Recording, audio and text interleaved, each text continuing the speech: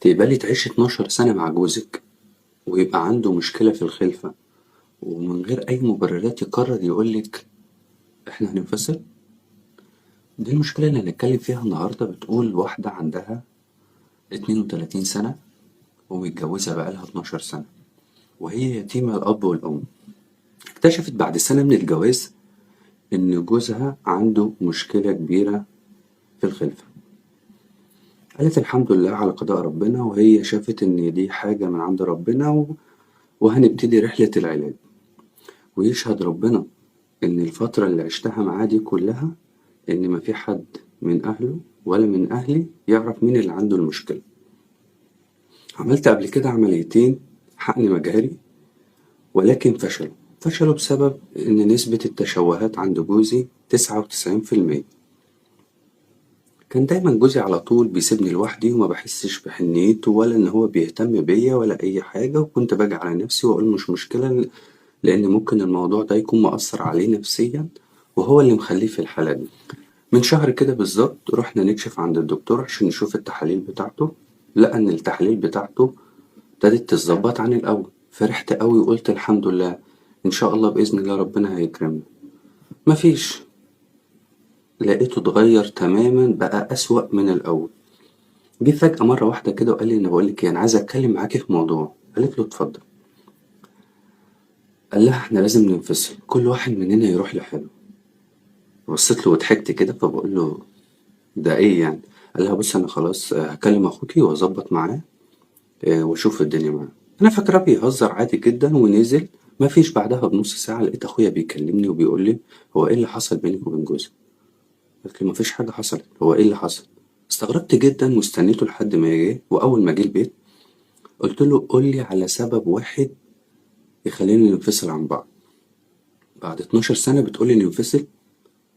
راح قال لها هو أنا من حقي إن أنا أكون أب، أنا عايز أتجوز وأشوف حياتي.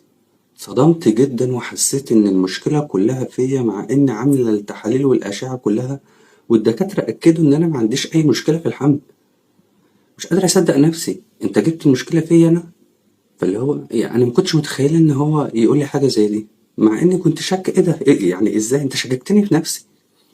المهم اتطلقت منه. طلقت وأنا كنت مستاءة من اللي حصل، ما كنتش متخيلة إن بعد 12 سنة ما يكونش أصيل ولا يقدر يعمل معايا كده. أنت إيه اللي وصلك للي بتعمله ده؟ معقول تجيب المشكلة فيا أنا؟ بس أنا مش مسامحاه لحد يوم الدين. طيب أتمنى منكم اللي أول مرة يتفرج عليا أتشرف بيه طبعا إن هو يشرفني في القناة. بالنسبة لرأيي أنا، وطبعا أكيد حضراتكم هتقولوا ده في التعليقات، رأيكم بمنتهى الشياكة اللي متعود عليكم منه الإيجابي دايما، ودايما بنوه على الإيجابي لأن أنا يعني ما بحبش حد يغلط في حد. عايز تقول رأيك قوله بمنتهى الاحترام.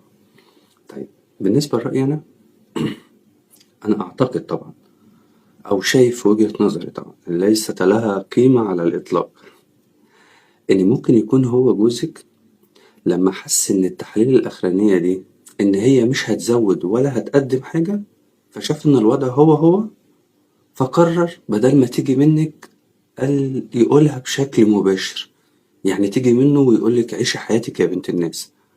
بس ممكن عشان عشرة وسنين فما ينفعش يقولك إن لا روحي اتجوزي. هو جابها لك فيه هو، يعني قالك إن هو اللي عايز يبقى أب وعايز يبقى كذا.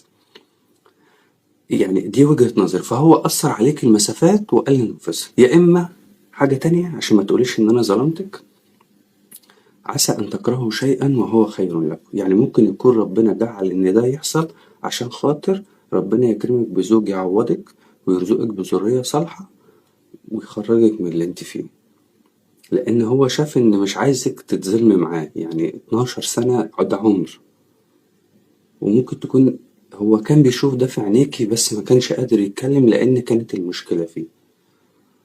طبعا أكيد ممكن ناس تعارضني في اللي أنا بقوله ده أو تبقى معايا في اللي أنا بقوله، بس أنا بقول وجهة نظري طبعا المتواضعة جدا، وطبعا أكيد هشوف تعليقاتكم وأرد عليها.